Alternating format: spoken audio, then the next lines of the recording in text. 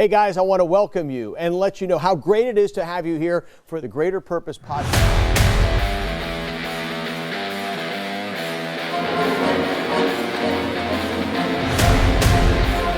What's up? Welcome to the Greater Purpose Podcast.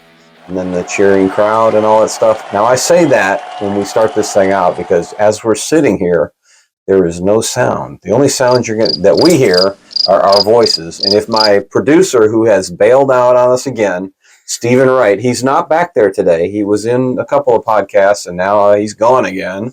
But anyway, so these are the only sounds we hear. So they're actually added in later, but you probably figured that out, right? So I want to welcome today my great, awesome friend, I would say one of my very best friends, Jerry Whitlock, today to the Greater Purpose Podcast. Thank you, Bill. It's a pleasure and honor to be here. All right, glad you could be here. So let's go ahead and just jump right in. And now some guys make notes. I'm a note-taking guy, so I write stuff down and then I have to follow along. Some people don't. Some guys are really good at just going off the cuff. So either way, it's fine. But we'll start with the first question that we usually start with, which is, when did you first recognize the importance of being a godly man? You know, many years ago, back in my teens, I was listening to Billy Graham on television, and something he said just touched me. He was talking about how, John 3:16, for God so loved the world that he gave his only begotten Son, that whosoever believeth in him shall never perish but have everlasting life. And that just touched me right there. Amen. That's cool. So a great inspiration. Billy Graham has been mentioned several times as the inspiration for men who are trying to walk the godly walk and be the Christian man that God wants them to be. So I know you have a couple of men that are inspirations, but let's just talk about one of them, which you just mentioned, of course, was Billy Graham. So, and I guess you followed him throughout his evangelism career after that point. Oh yeah, I actually went to his old house one time that used to be on Park Road. Wow! Before they moved it. Oh, nice. That's cool. And then one time when he was at the new location, he was there before he passed. Got to visit him over there. That was wonderful. Oh wow! That is an amazing place. Yes. It's just so touching and moving. Yeah. You can just feel the Lord's presence when you're there. Yeah, I love the library. It's a great place to go. Even we go usually to special events and stuff like that, but all year round, it's a great place. Christmas is just Christmas at the library, pretty cool stuff. So how do you feel having been inspired and followed Billy Graham and other evangelists and their preaching and that kind of stuff and their teaching? How do you feel like you've been best able to use that inspiration to build into other people's lives? I can tell you some for you, but you go ahead and tell yours first. Well, I've tried to, let people know how much the Lord means to me. I've met some really wonderful people like Bill and Pastor Penny and, Eric Cheney and a lot of other folks that have helped me realize, how wonderful the Lord is. And I try to spread that to other people and let them know, he's the Lord and we love him. Yeah. Well, and that's something about you, Jerry, that I think everybody knows. Anybody that knows Jerry, if you're not happy around Jerry, then there's something wrong with you, because Jerry is the happiest guy in town, in Stanley, probably in Gaston County. So everybody knows Jerry that way. And the inspiration that I see from people at Food Lion, even out at the businesses that you support. Jerry supports the town of Stanley probably bigger and greater than almost anybody I know in this town. So, but seeing all that is an inspiration to a lot of people too. So I think you touch a lot of people's lives that way. And I did forget to mention at the very beginning that Jerry is the Stanley Weatherman, not because I can't say that word. Marco Polo. Yeah. No, that's not it. Well, we might can you get a little closer so you can see that hat right there? Can you see it? See there? Look at that. So he cannot say that's true. Somebody the other day did not believe me, or did not believe you. It was just last night, I think it was. Yeah. At the town council meeting, and she really didn't believe. She thought that was a gimmick. but he really can't say meteorologist. No, I can't say Marco Polo. Right, or anything like that, right? So he is. So Al Conklin, if you're out there listening, you have no concerns about your job because he can't even say meteorologist. So how are you gonna do a commercial for the WBTV meteorologist, and he has to say weatherman? Yeah, I say weatherman. So yeah, that's cool. But Bill, talking about what you said about, sometimes I'm at Food Line, people will come in and I can just kind of feel like they're having a bad day, and I ask them how they're doing, and I hope they feel better. And they'll tell me something might be going on in my life, and I'll say, well, I'll pray for you. That's awesome. And people say, God, that's amazing. You don't hardly hear that. I said, well, I'm a big believer in prayer. Amen. So if I can pray for you, I will. That's good. So, and you had a little girl pray for you the other day, right? Yes. That's cool. I was coming out of the store, and this little girl, her and her mom always come into the store to visit me. Well, I was leaving the store, and her mom came in. Her little girl wasn't with her that day. And she said, I got to tell you this. She says, my daughter was at her bed when I left. She was praying.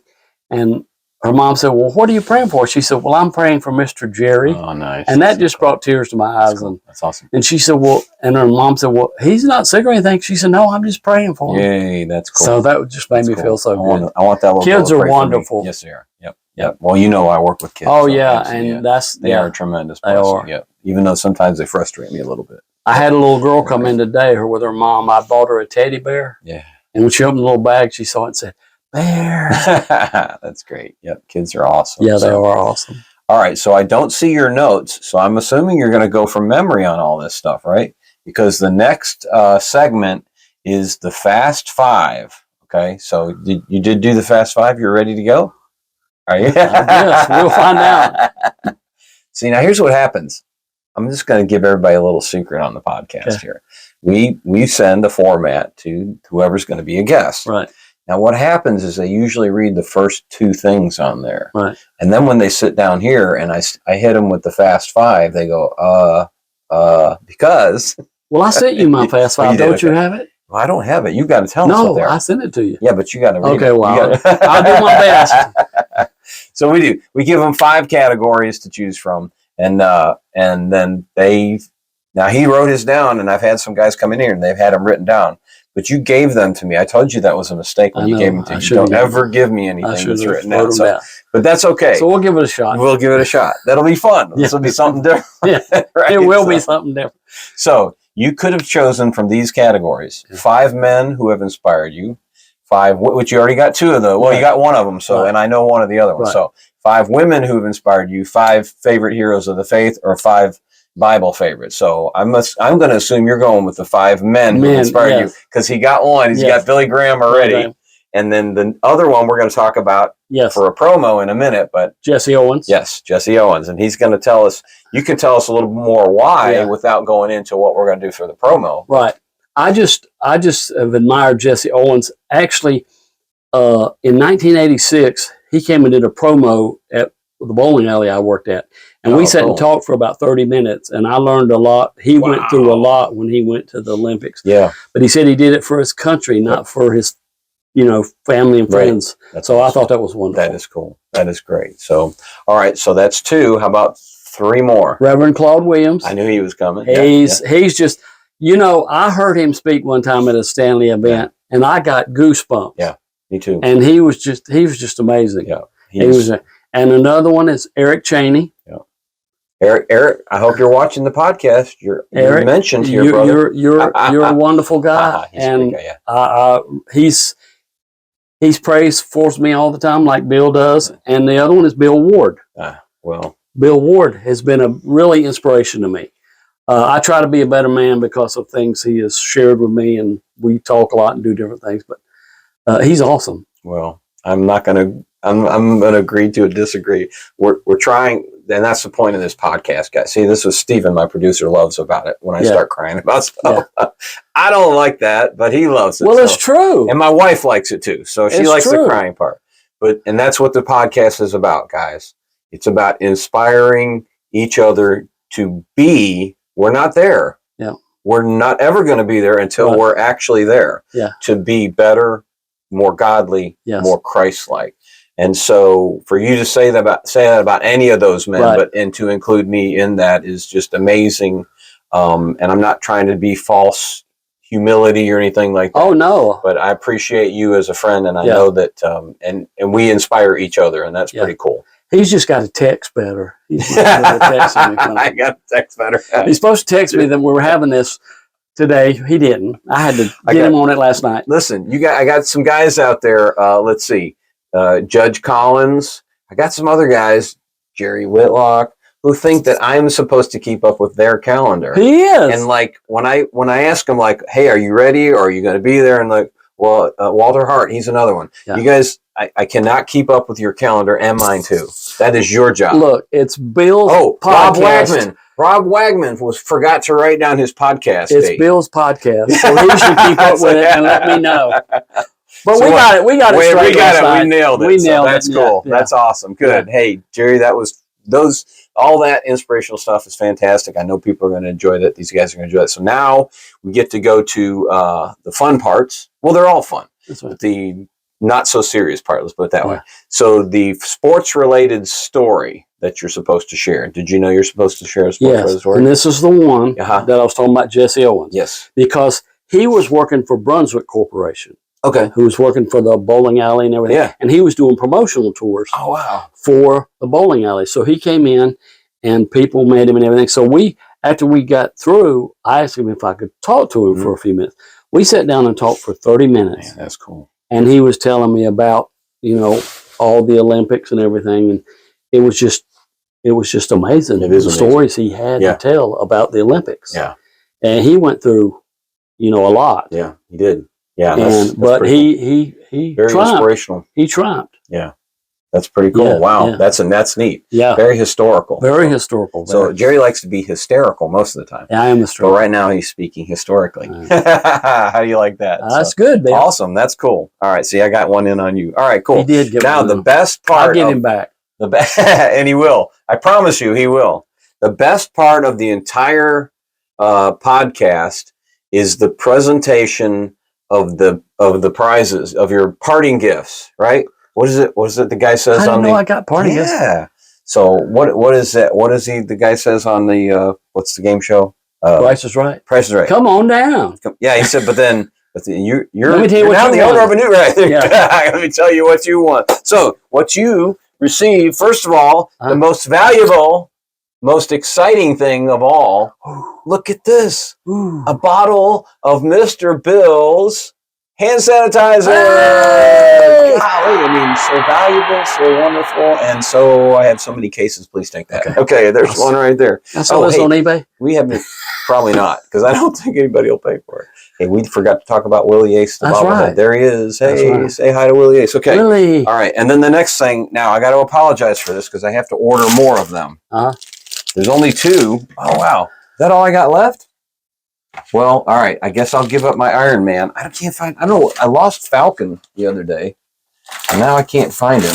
I don't know where he went. So anyway, because I used Falcon on all my first promos, and then I finally got an Iron Man. See, where's the camera? There it is. Iron Man. Iron Man Lego. I can't believe you didn't get me a Flash figure. I know. So, well, I'll tell you what I'll do. Well, we're going to the movies. I'll tell you what I'll do. Yeah, we'll go to Flash when it comes out. So I'll tell you what I'll do. I've got 2 left. Okay. I've got Spider-Man and I've got Deadpool. And nobody wants Deadpool, I hope. Right. Okay. Because he's so filthy and nasty. But anyway, and I shouldn't even know that, but we rented the movie, the very first one. And about 10 minutes into it, my wife, I got up. I looked at my wife. I didn't have to say anything. Right. I looked at Donna and I got up and I hit the button and we were done because it was just terrible. It was terrible. But so nobody wants Deadpool. We're going to get rid of him. He's just a topic of discussion for the show. We do have Spider-Man left, but here's what I'm going to do only just for you. What's that? I'm going to get you a Flash. Okay. So there you go. So the Lego. I told you Bill was awesome. See, there you go.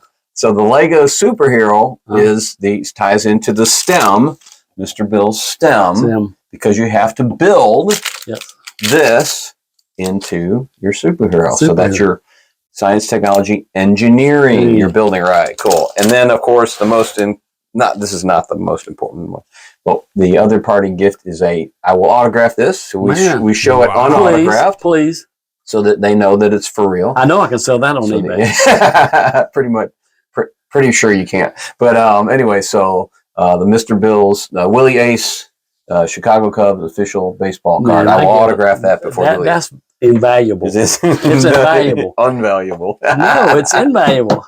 That's Anyway, worth a lot of money. I will sign it and I will number it. Oh, well, then, my producer then said I got to start. Then I'll never sell it. Yeah, you got to hold on to it just because it's autograph. That's right.